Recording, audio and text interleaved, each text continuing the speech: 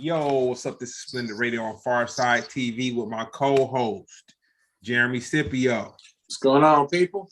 What's up, Jeremy, man? You know, we'll get back to you real quick with the homeboy DJ Gargamel. Let's go. What up? How we doing, fam bam? We doing good, man. We glad to have Jeremy back, man. He's been out there, man. You know, one of the only other cats, my business partner, and Jeremy's probably one of the other cats that I know that really be putting that hustle down, man. He be on it like he wanted. That's right. Course, like, you know what I'm saying? Like, it's inspiring, Jeremy. It's definitely inspiring, man. It just, yeah, you know, we got a lot more work to do though. I appreciate it though. Yeah, you making it happen. So, what was going to be part of the B-roll conversation, I'll give an edited version right now. But Jeremy, the last time that I kind of stepped out before the pandemic jumped off, Gargamel had called me up and said he was in Long Beach, and he's hooked up with these cats that do reggae clubs. Mm-hmm. And so there was like a reggae brunch at like a little bar, and they might have, it was like a reggae brunch at a bar. Yeah. And I mean, man, for that to be the last time that I was out in the environment, it was cracking, man. Yeah, but that was a trip, because like literally it was like the shutdown, like the following week. Yeah, man, that's my memory. That was my memory. I wasn't there too long. I was probably there a hot 45 minutes, but it was a party, man. Yeah, but yeah, shout out my brother Graney, out there from Jade. That's actually Sire's nephew that was throwing that, and I still look out for him. We're actually going out tonight. He hit me up right before this, and he wants to go check out Q Boy and all that other stuff. So he wants to go check out Poom Poo, and he wants to go to what is that? He wants to go to one of the joints tonight, Okay. But yeah, man, just go fill out the city a little bit. I really haven't been out too much, what I mean, just because, things are still funky out there. Yeah. But nevertheless, what I mean, slow and steady. Right. Well, I'll say before they got funky, man, I had a very good time and a cool drink, and I might have had something to eat. But we grabbed something to eat. Remember? Oh, we did. We walked down to my taco spot. We sure did. Yeah, we made a day of it. Remember? We made a day of it. We kicked it hard. We kicked it. We kicked it tough that day. You know what I mean? Man. Hey, you know what? That was a blessing though. Like something, you know what I mean? Like we kicked it that whole day. And then afterwards, like the damn fucking world shut down. Excuse my language. The world shut down, bro. Yeah, man, that made me really look at things, like in a different way. Cause man, I had so many things like, going and all that, everything just fell apart. man. Yeah, it's crazy how you take things for granted. Yeah. Until you mentioned this to me, I didn't think. I said, man, I had a cool Sunday. You know what I'm saying? Kicked it with the homeboy, man, chopped it up. Talked about business. Homeboy owned all those clubs. Yeah. It was almost on, man. Yeah, because you remember we were chopping it up.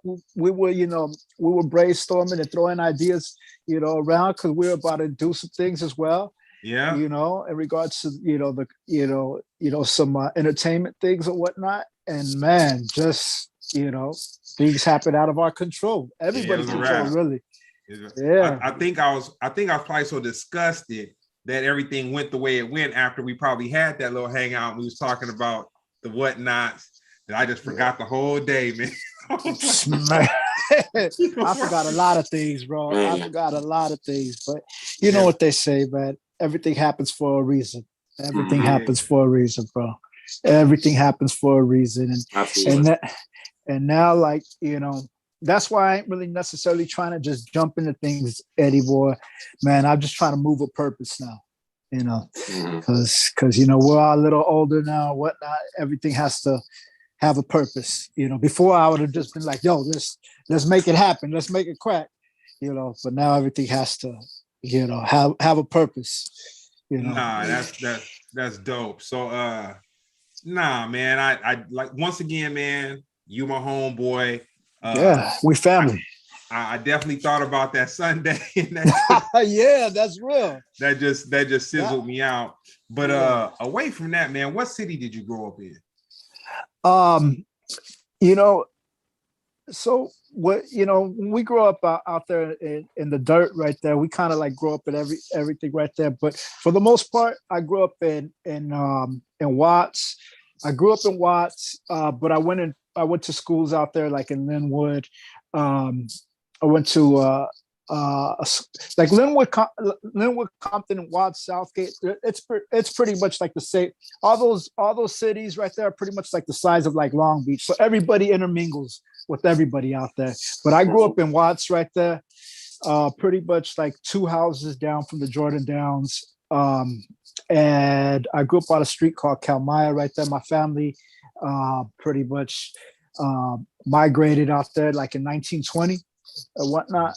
And so like I'm probably like third, fourth generation in Watts. And so by the time I got out there, I'm pretty much by the time that I was born or whatnot, I was acting a fool because I had the keys to the city in a sense, you know what I mean? And I was able to see just the evolution of things because,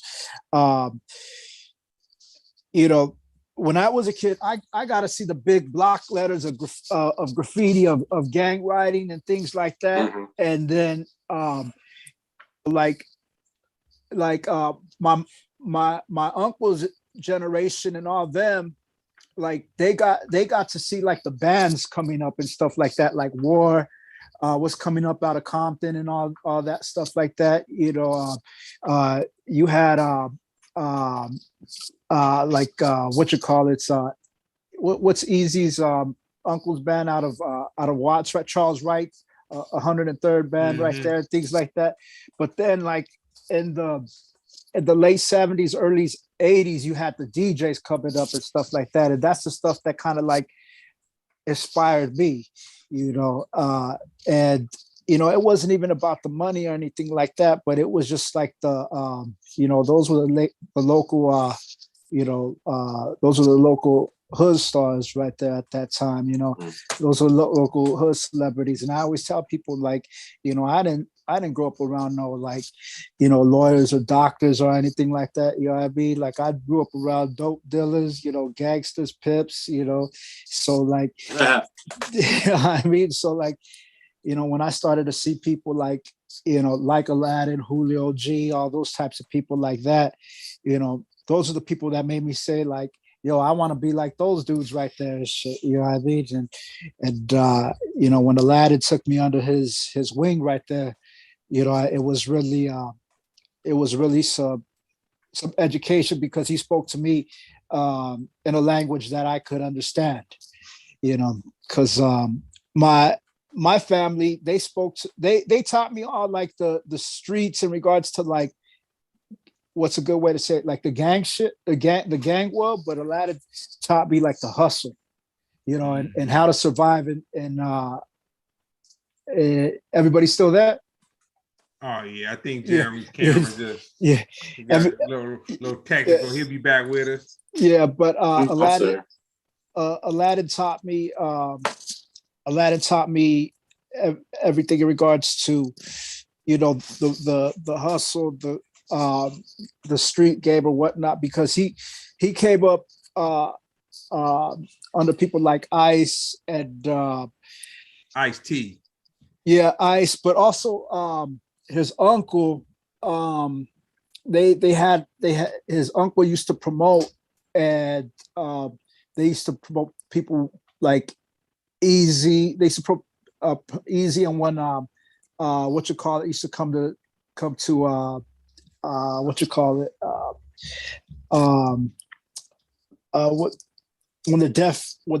when Def Jam used to come, when Run DMC, his uncle used to promote all that. So his uncle used to look out and give him game and all that. They used to have a sweatshop and stuff. a clothing shop, and his uncle was the one that used to, give him game on all that. So, but that's pretty much my lineage like that. But with Aladdin, we were on the street first before we were really like doing all the quick, DJ shit. Real quick, Gargamel. Yeah. So I was gonna get into Aladdin a little later, but we're gonna touch on it now. So just to let people know, he's talking about DJ Aladdin from Low Profile. He the song Paid Dues. WC was in the Mad Circle, right? Yeah, he was in the Mad Circle. He was Low Profile. Yeah. They had their group Low Profile with Coolio was in Low Profile too. Yeah. And I did not know that. That's a good one. And Jeremy, something that you could appreciate. So DJ Aladdin won the did he win the DMC or he just was? Nah, he kind of got cheated on that. Yeah, that he got cheated. 88, 89. But he basically went to New York, and I don't know if this is exactly what he was wearing, but the vibe he had makes my memory think this is what he was wearing. I think he had a curl. If he didn't have a curl, he brought that curl. Yeah, he brought that curl energy. Jerry curl that I'm talking about. Yeah. And he was a straight gangster. I mean, a hip hop gangster. Yeah. LA 80s hip hop gangster. But he's ridiculous on the turntable. Yeah. I mean, ridiculous. And he went out there and you would not expect somebody that looked like that to really be like, setting it up. and throwing up the set. And throwing up Compton while he's battling in London and all that. You know what I mean? And but that's what people don't realize is like how real it was back then. And I mean, me myself, I wasn't there during that time. I started messing with Aladdin when I was probably about 94 or whatnot. Okay. But I was still a little younger, like, because Aladdin's like 10 years older than me. Oh, wow.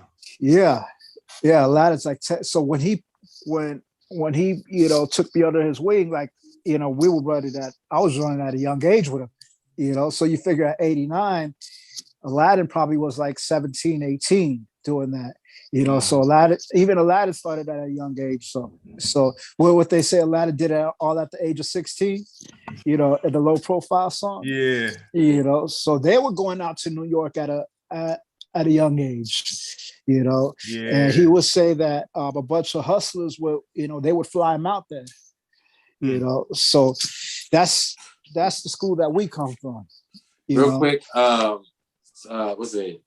MC Ruru, or I think that's what his name. He said, DJ Gargamel is my mentor. He's really full of positive, non-judgmental emotions. He definitely wants to answer when it's late or early in the morning. I can't offer him anything. He's so talented. So I want to take this moment just to say thank you to my boy. Who was that? McCrew. I'm probably saying it wrong. It's all good. He got trolls. Gargamel got trolls. Yeah, I got trolls. You think so? No, I think dude was saying he said I appreciate you and your music's amazing. Okay, word. That's what's tell him I said much love. He said, hey, much love. But also I wanted to ask you, how do you feel the first time you heard Run DMC? I lived in out there in Watts, where I lived at that time. Everybody, the houses that we lived in family homes, so when I say we live in family homes, like we lived probably like 10 deep in a house. So basically it was kind of like generational. So like I was the oldest of one of the nephews, and so one of the youngest of my grandmother's kids was like my older brother. So he kind of like was more like it to, because he went to the Marines and he was like a class of like 89. So he was bumping like Tribe Called Quest and things like that. But my uncle before him, he was class of I think 85. So he was the one who was playing Run DMC and all that. He actually went to school with Drac. He's the one who broke the he's the one who broke the Olympic what you call it from Jordan High School, the Olympic record at Jordan High School. You guys should try to interview him. He came out of Watts. But hearing Run DMC at that time, that reminds me of like people wearing like the curl. I remember people like riding bikes without no tires, scraping the wheels like that during that time, like that era. Like Suzuki's, Monte Carlos, like that Suzuki era. Jeep. You had a girl in a little Suzuki, man. You thought you were doing something. You know what I mean? Wearing the bags over their heads during that time, to keep the shower cap. the perfect shower caps during that time. You know what I mean? That's what I think of like during like Run DMC. I mean, during that time, because I was, I literally was living in Watts. You seen like a lot of like raids going on because like that's when crack was first hitting. So yeah, you seen all types of crazy stuff hitting. Like, I remember like hearing about people like selling like drywall for crack, all types of crazy stuff like that. You know what I mean? Yeah, it was all types of madness happening. Yeah, but that's what I remember. Like, for Run DMC, and it was just like, it was just that was that was a new sound. That was a new sound, and yeah, I remember Run DMC coming in because it was being played in the house. It was being played in the house. That was that era, and I remember my uncle that I was talking about. I remember he had got a Jeep Wrangler. And he would take me to school in that thing. We'd be bumping Eric B and Rakim and everything. That's Mark Hearn. Hey. You might as well have a Bentley, man. Back then, that's what I'm saying, bro. I thought I was the man. You know what I mean? We'd go to school like at 7 in the morning because he had to go to work, and he'd be over there playing that Play at Your Own Risk and all that stuff. I'd be all cold in that thing because he didn't have the top or anything. Yeah, the cost for the floss, man. Yeah, that's funny. Yeah. So who was was Aladdin the first person, or who was the first person to inspire you to DJ?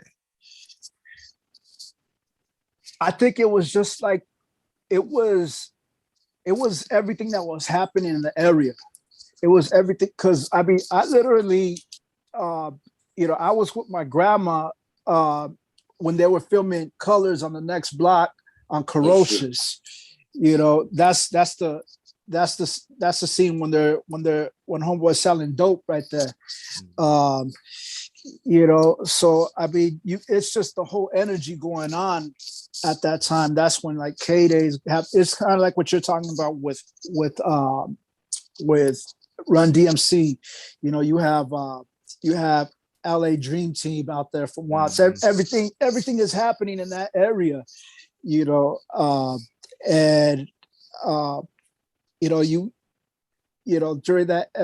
that time, you have a lot of people. I mean, Compton is literally the next, the next city, and you have Dre, Easy, and all those guys, basically changing the world. When you think about it, they're changing the world with in 80 and 88, 89 with NWA as we see it. With gangster rap, so and yeah, I think that energy right there made me want to do it. And when I was able to connect with Aladdin, and he took me under his wing, we were able to, not that we were able to, it was more of a street thing because Aladdin came up under, like I was saying, Aladdin came up on the ice, but they were on that, running under like the street thing. Like they were doing the music, but they were also getting their money. And I always credit Aladdin. I mean, he was with me last night, but I always credit Aladdin to my survival in this game.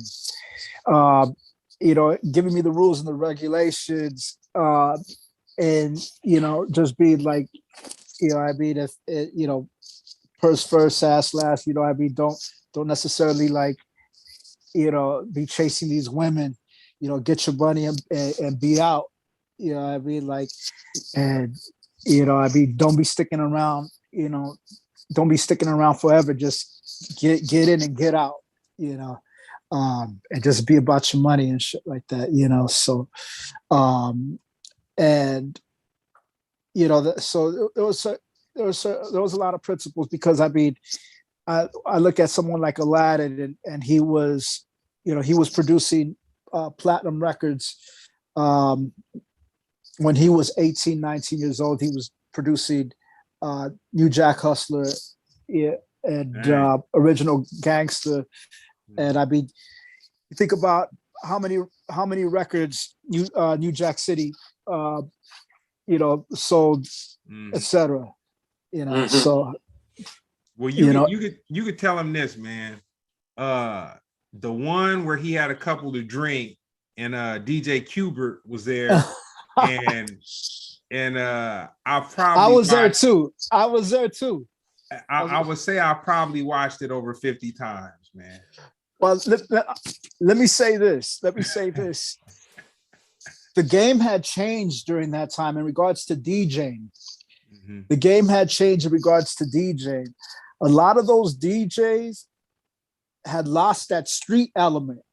Oh, he brought it all there. That's what I'm saying. They weren't used to that street element anymore. You know, before it was popular, Jeremy. Yeah, he threw up cuz several times. You know what I'm saying? No affiliation. And I want to say he said that he had just got out of county maybe a couple of days before or something like that. He had did a stretch, man. I'm not going to put all his business out there, but he had did a stretch for handling his business. But the twist is, even though he went through all that, he was at the event, and I mean, you could tell that he hadn't practiced in a while. But even like if somebody came, he was just That's funny. Well, this is what I'll say during that time. Before that, what a lot of people don't realize is that Aladdin was on the turf. He was out there pimping, and he'll say stack of dollars, because before that, he had a group with Tweed Cadillac, and my boy Urge called the Macadelics. So yeah, man. YouTube the Macadelics, and I think truly I was working at that label during that time that put out the Macadelics, and the Macadelics. So Aladdin really wasn't too much tripping on the DJ stuff. He was in his Aladdin's thing. Always been he was doing his thing. He was on Sunset Boulevard. I mean, hanging out with the pimps right there. Hey, that's the first thing that popped up too. I will cast no stones at life, man. Life's a cold thing. But on to the next one with all the stuff that's kind of jumped off with the whole. Not to make this this is not like a COVID interview or nothing like that. Oh, no. But one of the things that I was able to witness a lot of DJs prosper. They were able to prosper during the whole COVID thing is through Twitch. Can you kind of explain, from you being a DJ and seeing what guys are doing with Twitch and everything? Because I know people that play video games, you know what I'm saying? I know some people that they don't make a whole bunch of money, but I know some cats that's, they living, Yeah, but I mean, okay, think about it like this. What are we doing right now? On Zoom? We're on Zoom, bro. Yeah. We're on Zoom. We're having an interview, and we are interviewing each other online. Back in the days, I mean, even 5-10 years ago, like we would have had to go. It would have, at best, it would have been a phone interview, and that would have been like, oh man, you're gonna call in, really? Yeah. You know. So I mean, we're living in a different time. You know, the money is online, and you have a wider reach. You have a worldwide reach. Some of these DJs are reaching people that, you know, they never had a chance to reach before. Twitch, I believe, is owned by Amazon, and yeah, I know. and you figure if you're a DJ, right? Why would you haggle with the promoter for $100 when you could, you know, go live and, you know, from your crib or wherever it is, your garage, however, whatever, and make your own loot there. There's DJs making 30 racks, 100 racks. I mean, I see Twitch got hacked last week and it showed all the payouts. I seen 2 or 3 people that I personally know that I'm acquainted with that are making 200 racks, you know, wow. off of, and, you know, I used to book these people. Now I'm pretty sure like they ain't gonna take that booking rate no more. You know what I mean? Price went up. The price done went up in my Fat Joe voice. Yeah, yesterday's price. Today's price, bro.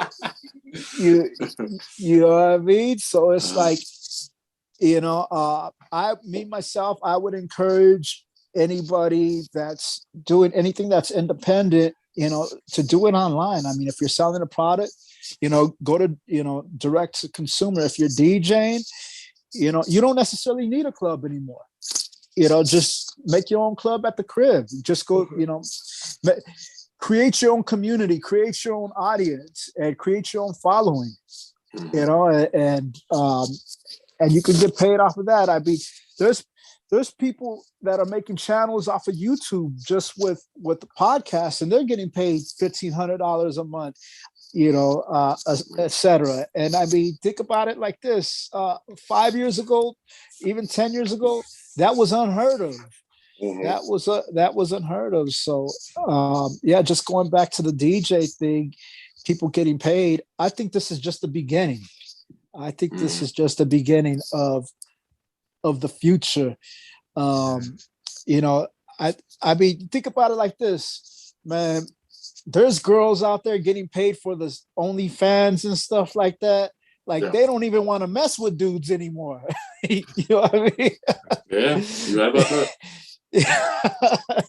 You know what I mean? Because they out there, you know, they out there caking. So you're right. He's absolutely right. You know, and it's interesting because, you know, with the whole, you know, the clubs not being around and people able to go direct to consumer, I'll say for a fact, in my experience, the single person that I saw come up off of direct to consumer, I say they deserve an award. They probably did get an award though. No, I mean, D-Nice, man. D-Nice. Oh, yeah. You knew who he was. Yeah. But when the whole COVID thing jumped off, dude, he came right on time. It was like the perfect storm, man. People were shut in. They were just depressed. They didn't know what the world. Yeah.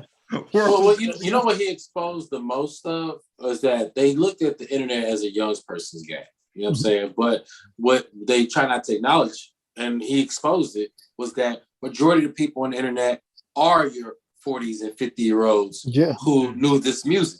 And now that's why Versus is able to make so much money. It is. It's like, these people, there's more of these people than our kids on the internet. They don't want to admit it, but these are the people. These are the consumers. These are the people on. Man, I talked to the dude the other day. I was like, you know, he's like, hey, I want to follow you. Whatever. Like, you on Instagram? He goes, no. Are you on Twitch? This dude's 50 years old. Not Twitch. Not Twitch. Sorry, TikTok. Yeah. He said, are you on TikTok? Like, yo. So, you know, I like that he exposed that, and now that's like a whole new market of people who are ready to spend money because these kids don't spend money online. It's the adults. Yeah, exactly. That The adults giving them money. the adults are the ones with the adults. 401k, you know. They spend money on.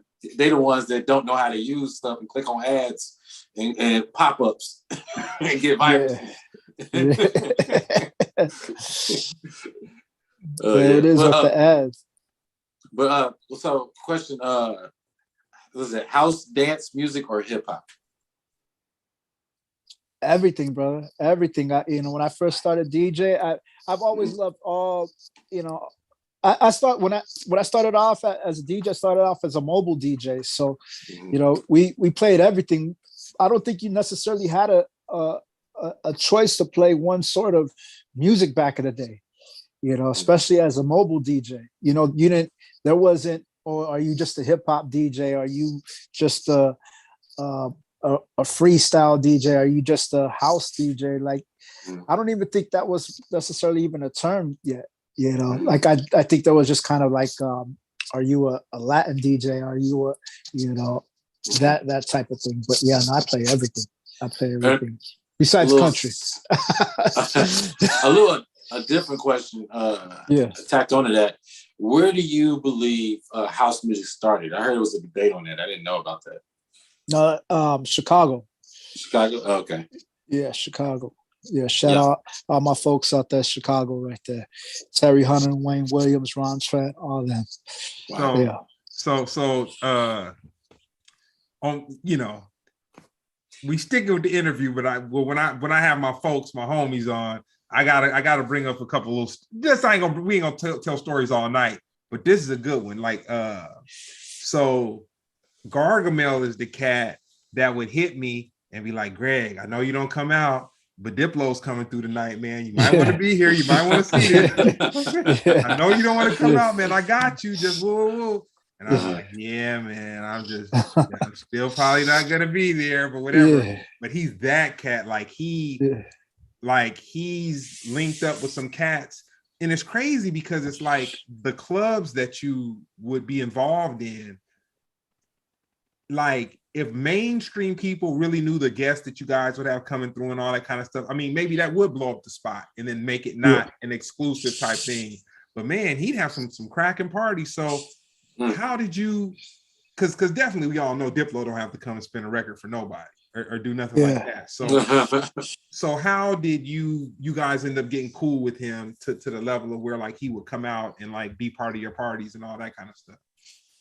I gotta credit Sire. Sire's one, just kind of like I was saying, like Aladdin. Sire took me under his wing, and Sire had Los Globals, and Sire had asked me if I would basically be his protege, and at first I was a little hesitant or whatnot, so I took over the house brands and the Latin brands and everything else that needed to be taken care of at that time, or he needed assistance with at Los Globals at that time. This is all before the shutdown. And Sire's originally from Jamaica, but then he went to Chicago. So he was there for the pretty much like the birth of house music. He was working with Frankie Knuckles, Wayne Williams, who was another one of my partners. And Wayne, of course, everybody knows who Wayne discovered R. Kelly. So it's his fault. Lock him up too. The way that's my boy right there and stuff. But just going back to Sire. So our plan was to curate. And when I mean curate, was to basically to create a club that wasn't just going to be say a flash in the pan. It was going to become it was going to have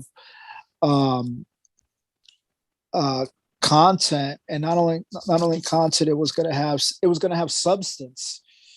So everything, every brand had to have some sort of substance. It wasn't just gonna, we weren't just gonna bring people in who didn't have any substance behind the brand. So if we're gonna bring if we're gonna have a reggae brand in, and or just a reggae night, these people had to have a background in reggae. If we're gonna have a house night, these people had to have say a background in house music. And this is what created that momentum and whatnot. And that's what brought these other say people within these cultures that wanted to be at the club. Okay. And so that's how all these other people just started to hang out and chill, because they were like, yo, this is the place to be, because if you think about it, if there's just a bunch of like pop-up clubs and it's just people that ain't supposed to be doing things, like, yo, man, what's this guy doing this for? Like, he ain't never did this before, but if you have if this is like the spot, and say like the Pharcyde is doing a night there, and then the next thing you know, like the Marleys are doing a night there, you're like, yo, bro, like everybody is at this joint, we gotta be there, like this is, if we ain't there, then like what I mean, we ain't doing it. So we kind of made it, that's what our purpose was. So that's how we were getting people like Diplo and whatnot, and basically, mending massaging relationships. And it was basically, relationships. Your network is your net worth. So yeah, man. So So, and Sire was good at that, and that's what he taught me, is just making sure that you massage those relationships and just keep it real with people.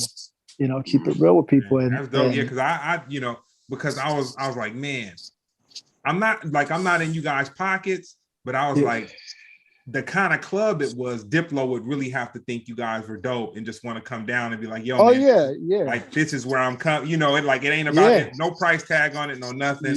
I don't come out the house, I don't spin records, I don't do parties, none of that. But I'm coming to go and play with you guys without. Sire was making a lot of that happen right there. He was bringing in the right people on that note, and and anything that he needed, I had his back. What I mean, and I was learning the game from him. What I mean. So if he was the Clive Davis and I was the Puffy, in a sense, what I mean. So but yeah, man, everything changes though. Do you feel like do you believe DJ MC collabs are essential to hip hop? Like it's more like a lost art. Yeah, man. I mean, what a lot of people don't realize is that how we're talking about Aladdin, you couldn't even battle back in the day if you didn't have a group. So when he was going to the New Music Seminar, if you didn't have a group, you couldn't battle. So that's why he went to the New Music Seminar with Dub C, and they battled. And like people like Cash Money, he had what was it? Cash Money and what was his MC? But it was like Fresco and Miz and all those guys. So if you didn't have a group, you couldn't battle. You couldn't battle in the New Music Seminar. So you had to have Marvelous and Cash Money. That was Ugly People Be Quiet. Yeah. So like, so I mean, if you didn't have an MC, but there's so many factors that are lost now, and what a lot of people like, kind of like how we're saying, like the game had changed with the ladder. A lot of people don't even realize, like, man, Philly back there, Philly has some cold DJs, but they were gangster though too, because like a lot of people, like a lot of would tell me these stories, like man, them Philly, man, them hilltop hustlers and stuff like that, they were robbing banks and everything, steady being them dudes and stuff. Yeah, because he was battling those guys and stuff. He was battling Miz, he was battling Cash Money and stuff like that. But I think it was Steady B that ended up getting bank robbery. Yeah, getting like what was it like he's still there. Death sentence. Yeah, man. Yeah, so he's still there. That's what we got another question from the comments. It said, what do you think about the crossroads are from being a DJ to a full-fledged music producer? Say that again. What do you think the crossroads are for from being a DJ to a full-fledged music producer? I think there's two different crossroads. Okay. You could be like Dr. Dre, right? Mm-hmm. Dr. Dre was a DJ before he was a producer. Right. So when you're a DJ, you understand what the people want. I think it's an easier transition to being a music producer. So you don't necessarily have to understand what notes are or anything like that. Your ears understand it and your mind understands it.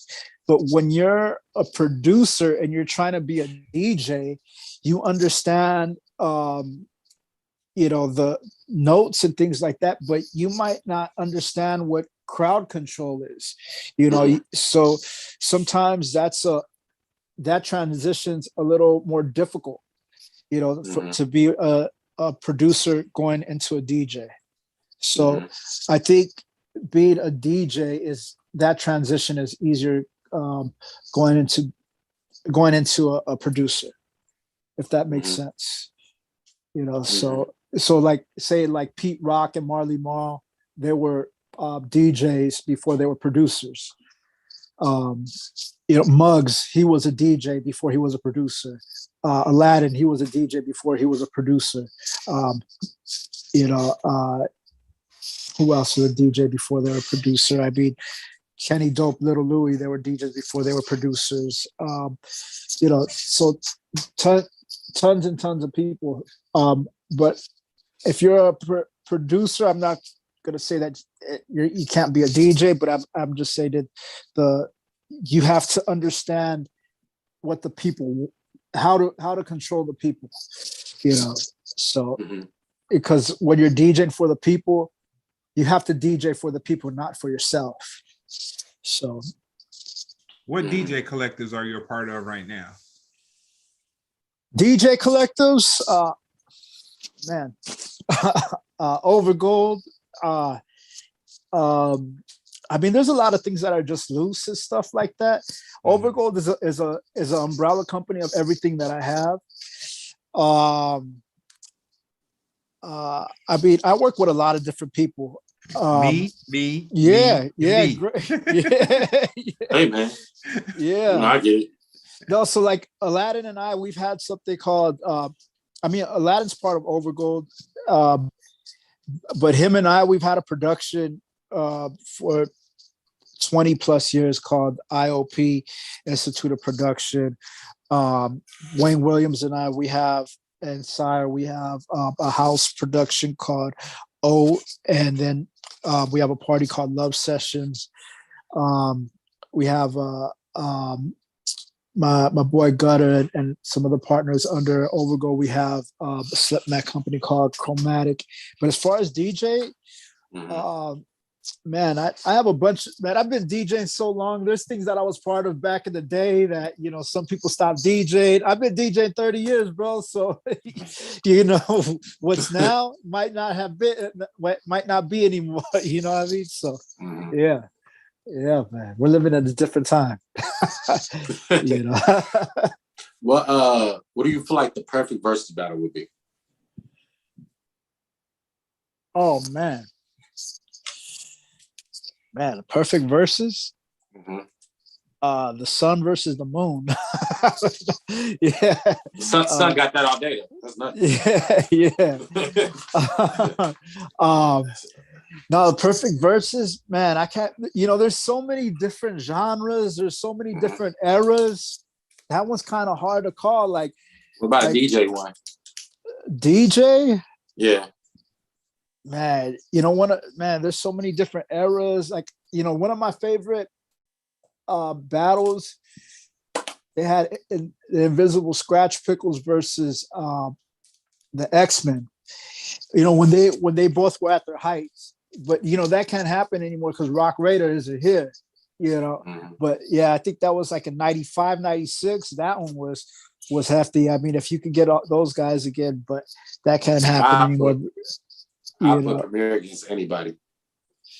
Premier had a versus already though, right? Did he? That's probably early. Yeah, he was like one of the first ones. Probably one of the early ones. I'll put him against anybody though. Any DJ, any producer, I'll put Premier. Yeah, I believe Premier had a who did he go against? I'm pretty sure. T-Rock? I think so. I'm pretty sure Premier. I remember seeing that. Yeah, did he go up against RZA? Oh, actually, I think it was RZA. What do you think of this KRS One versus Big Daddy Kane? Oh man, I've been talking about that. You know what I mean? That's BDP versus Cold Chillin' right there. Mm-hmm. I take Black Thought's favorite rapper in delivery over content. You know what I'm saying? A lot of people don't realize. A lot of people got. KRS-One is going to give you a bunch of content. That's what he's going to give you, and he kicks some knowledge. Yeah, but I take Kane. Yeah, he's my favorite MC, man. Yeah, I think Kane. A lot of people don't realize that, like even like Bone Thugs and Harmony, they got their style from Big Daddy Kane. Oh wow. Yeah, they got their style from Big Daddy Kane, but a lot of people did. Yeah, like Big Daddy Kane, like he's responsible for even people like Jay-Z. Yeah. So I mean, yeah, man. I mean, those are two different. I mean, he was out there with Madonna and things like that. So I mean, I seen Kane. Kane was at the club.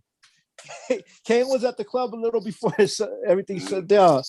You know what I mean? Like, and then where else did I see him? I think I seen him at a Delicious Vinyl at that street thing that they had. But yeah, man, yeah, the Wrath of the Kane. But at the same time, though, man, KRS, bro, KRS got them bangers right there. Duck Down. Yeah. Your all-time favorite gig? My all-time favorite gig? It's probably going to be one of my first gigs. When I was a kid, I used to DJ at my junior high dances called Teen Town.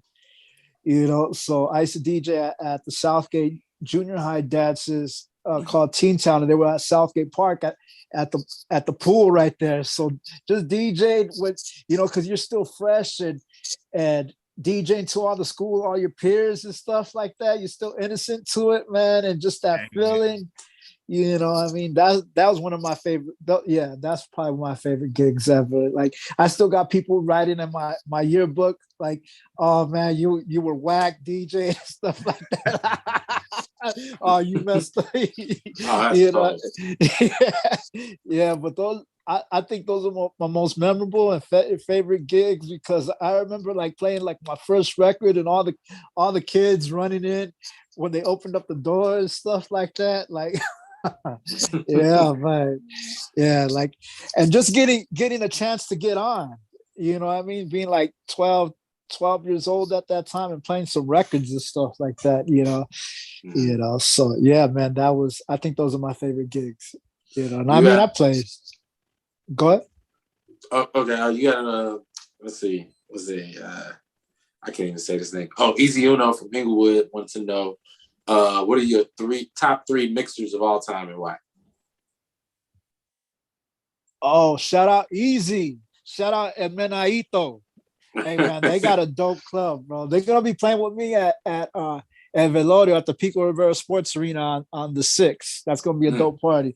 Man, I got a lot of love for those guys right there. My top three mixers. Also, real quick, the person from earlier, they said you know them by Live Ben Wapo. Who? Live Ben Wapo.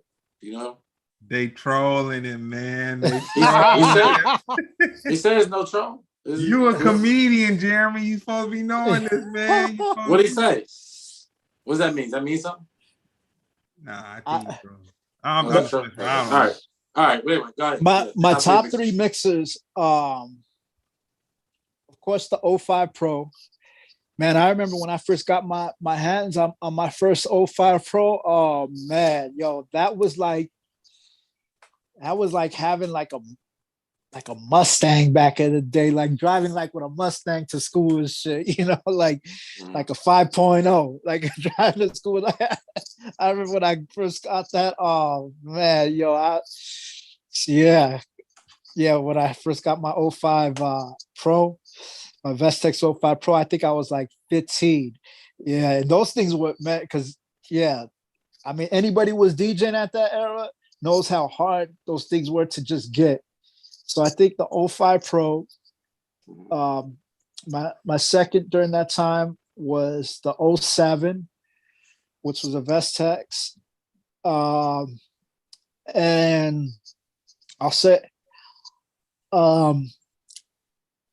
I kind of like that S9 right now. I like the S9, you know. But they got all types of stuff. But I think those three are my favorite. But I mean, I like the Yuri as well. I like the Yuri, but that's a rotary mixer, you know. But yeah. I got a question for you. When I used to DJ for my very brief spell, you know, of doing clubs and whatnot, one of my biggest nightmares was walking up on a mixer that I had never messed with. And it didn't have a crossfader, and it just had this like. That's the Yuri. Oh man.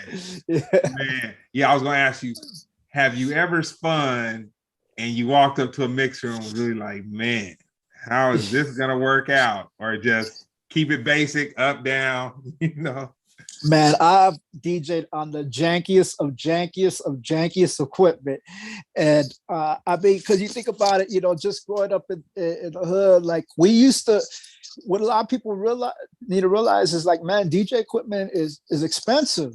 So none of us really had DJ equipment back in the days, especially as a kid. So like, when I first got into DJ, I just used to tell people that I was a DJ. I wasn't really a DJ.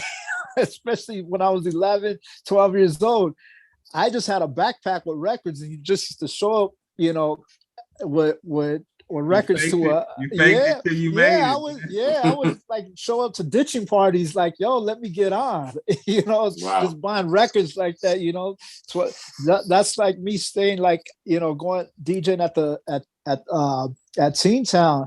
I met the homeboy and he was an older dude who actually had got the gig. I met him at the record store because back in the day we all used to DJ at we all used to kick it at record stores. You know, everybody used to that was a place to hang out at, record stores. So he said that he had got the gig, and I was like, yo, I go to that school. and he let me get on and stuff. So he let me get on both the gigs. But going back to the equipment, man. I mean, still to this day, I'll jump on equipment and I'll be like, oh man, this is gonna be I got a MacGyver. Yeah, I got to MacGyver this.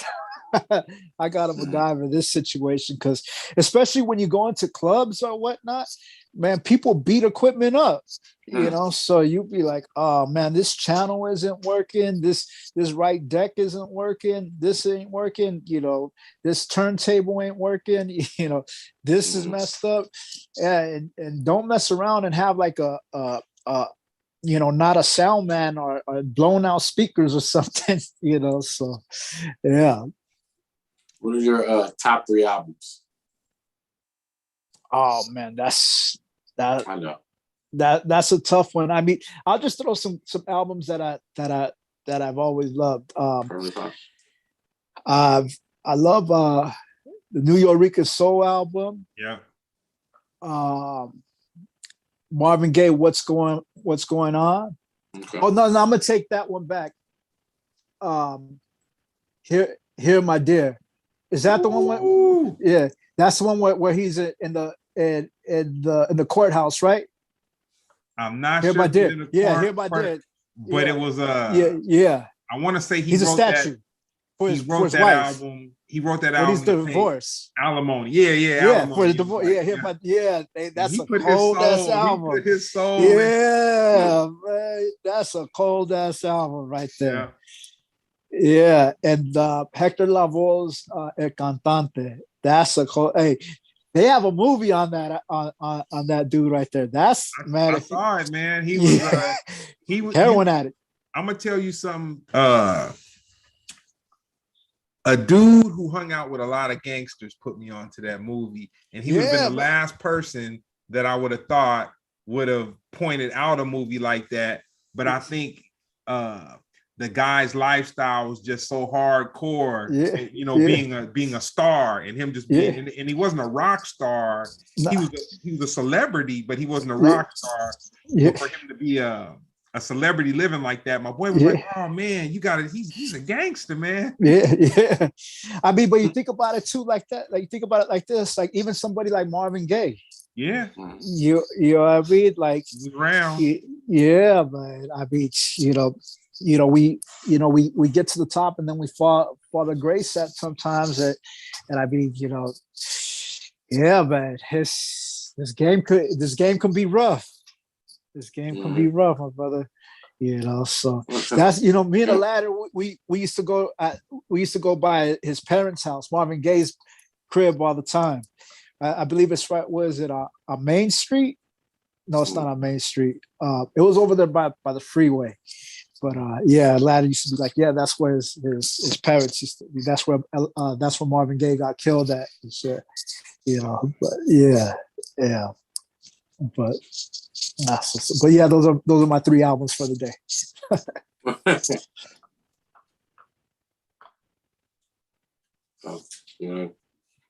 Nah, you can go. Well, so I said I didn't want to turn this into like the pandemic show, but I got it's all good. We're in it. We've already. What do you miss most about post-pandemic time? Post-pandemic time. Mm-hmm.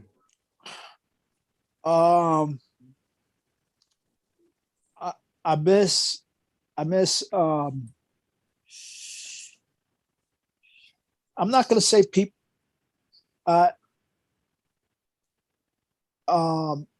what's a good way to say it? Like I miss people just being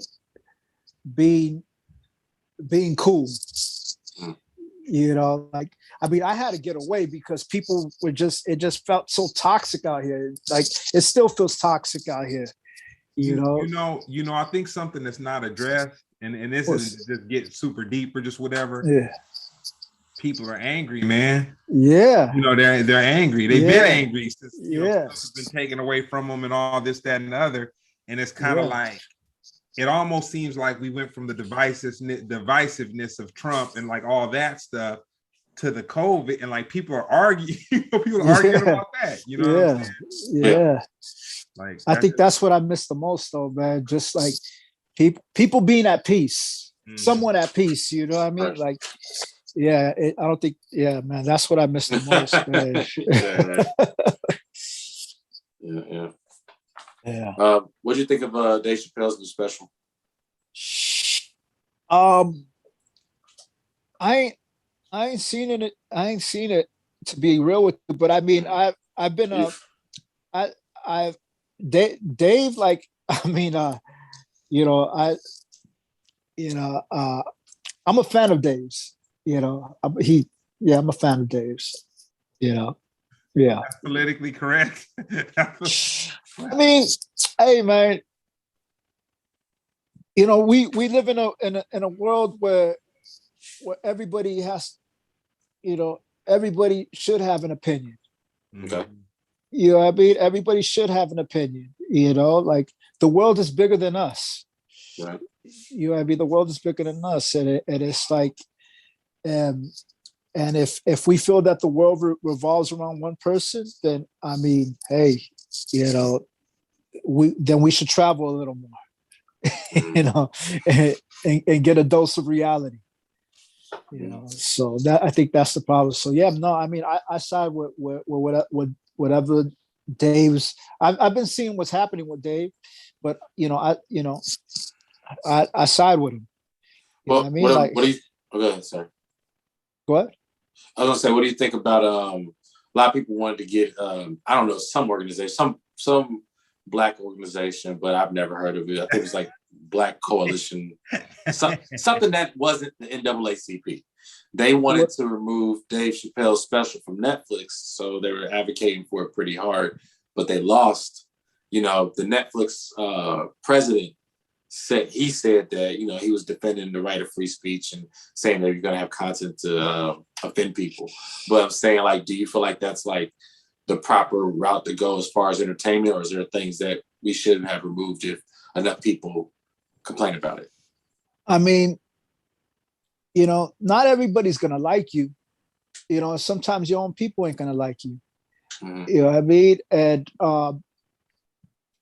you know, when you've been in a certain situation, you know, long enough, and I for the most part, I believe, you know, I don't know Dave's business, but it sounds like he's independent.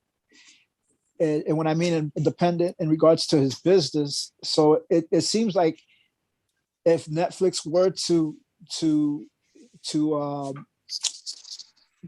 annul his contract or whatnot, I'm pretty sure somebody else would pick him up. So like, I don't think he's necessarily tripping, you know. Yeah. So he'd be like, all right, cool. If you want to, you know, they would have to buy his contract out. I'm pretty sure, you know, if they would take.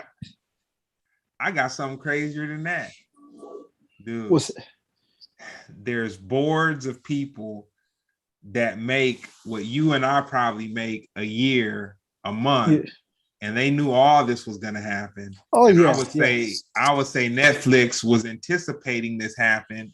They were anticipating this happening because it was going to actually drive their subscriptions up. Yeah. Because of, you know, like, dude, everybody's talking about Netflix. Where before this happened, man, I was saying, you know, man, do I want to cancel it? Like this, I mean, I don't watch it that much, and not even about it just costing $13 or $14 or whatever. But I know it used to be $9. You know what I'm saying, or something like that. Yeah. But think about it like this.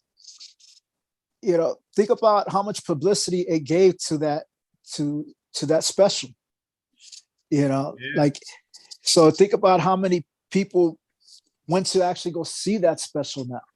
Because I mean, there's this girl, her name is Jenny 69, right? And she's in the Latin community. 2 weeks ago, I ain't never heard of the girl, bro. And she made this song called Jenny 69 from Riverside, bro. And everybody's hating on her, bro. Everybody's hating on her. But she got like 2 million followers now and everything. And she's like the meme queen. Everybody's, you know, but I can't hate on her. So I think it's a kind of like going back to what we're saying, we're living in a digital world now where everybody has an opinion. Everybody has an opinion, and it's even if it's hate or whatever, that is, as long as it's inflating your stock, it's all good. Was it Jenny from Riverside? Jenny 69 from Riverside? Jenny 69 from Riverside. Okay. Yeah, that girl. Oh my God, that girl. She's a meme, bro. She's a meme. And, well, not to. I haven't seen her, but not to be the super conspiracy theorist. But I believe that, man, a lot of times there's people that position this kind of stuff to just take off. You know what I'm saying? It's like there's a mastermind behind something where it might not be dope, but it's something. You know what I'm saying? Everything happens for a reason, and especially all this stuff right here, it's all architected, bro. Yeah. It's like, this is what I tell everybody, like, especially in a situation like this, like in this current state, that all these people here are running laps around us. So like the country and all that, they're like 10 steps ahead of us. So everything that you just said, it all makes sense. You know what I mean? So everything happens for a reason. Everything is architected. You know what I mean? Otherwise, there'd be more mayhem than what it is now. You know. I'm gonna get into the last question, but right before I say that, talking about Twitch and all that,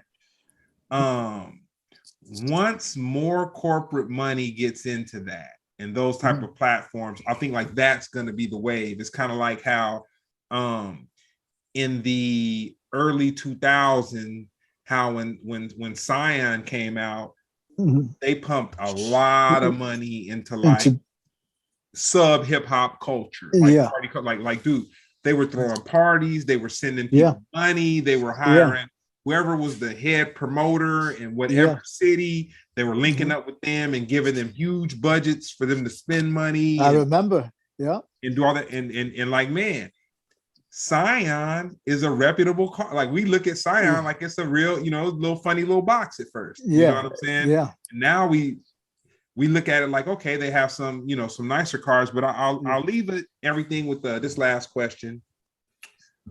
You being in the nightclubs, which, like, man, I know your life totally changed with COVID and everything, dude. Now, like, man, you're a vampire. Like, I know a couple people I was like that. Like, man, they just party after night after night after night. Not that you partied at the parties, but just, being in that club environment. The business. After night.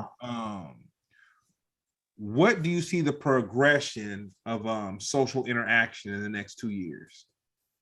Like I said, it's going to all be online. You know what I mean? And I think there's going to be a bigger disconnect. I think there's going to be a bigger disconnect than people actually realize. When people, a lot of these clubs, people are putting their phone there and they're going live when they're at clubs. When they have these big festivals, you could see these festivals online now. So what makes you want to pay $500 when you could just see it live on Twitch or whatever? It's like, I ain't gonna go see that. I'm chilling. I'm gonna go watch that at home. Especially this new generation where you have this gaming generation, like maybe our generation that's used to interacting and engaging with people. But this new generation, they're not used to leaving the house. You know what? I've talked to several of my homeboys that have younger children, and they're kind of like, the whole pandemic thing, it really messed with kids, let's say 9 to 15, 16. Like, it really, like, I talked to different friends and they're telling me stories on different levels.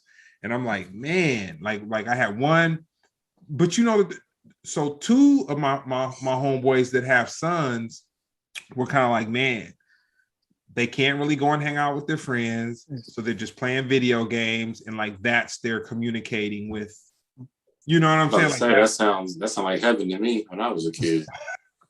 I didn't give a damn about my friends. Shoot, if I had that Nintendo 64 in front of me, I was in heaven. You can tell me nothing.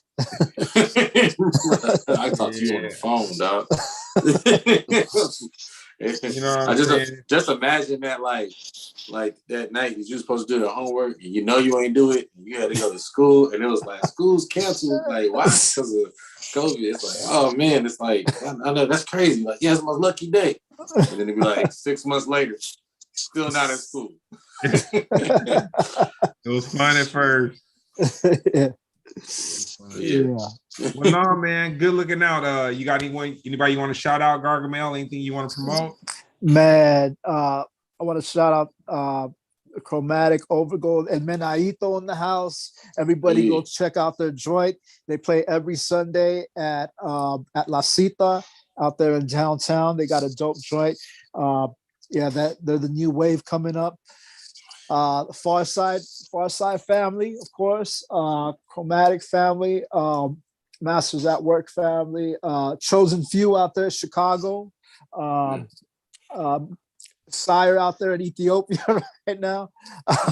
He in Ethiopia? Yeah, man, he moved Man, to Ethiopia. I knew he bro. was a rock star, man. I just Yeah. knew. He look a little older, man, and all that, man. But he a Yeah, rock star. yeah. He be moving and grooving. Yeah, he moved to Ethiopia, bro. That's how you know the game changed. When he was like, "Yo, I'm gonna move to Ethiopia." Yeah, my fam's out there in London, Croatia, New York, Chicago, all across the world, man. I mean, and all my real family, you know, my family members, moms, dukes, pops, my Playboy Nick out there. Everybody who follows me online, and all my peoples who tunes into the live and whatnot. And much love to Greg, bro. Oh, good looking. Where can they catch your live at? I go lives.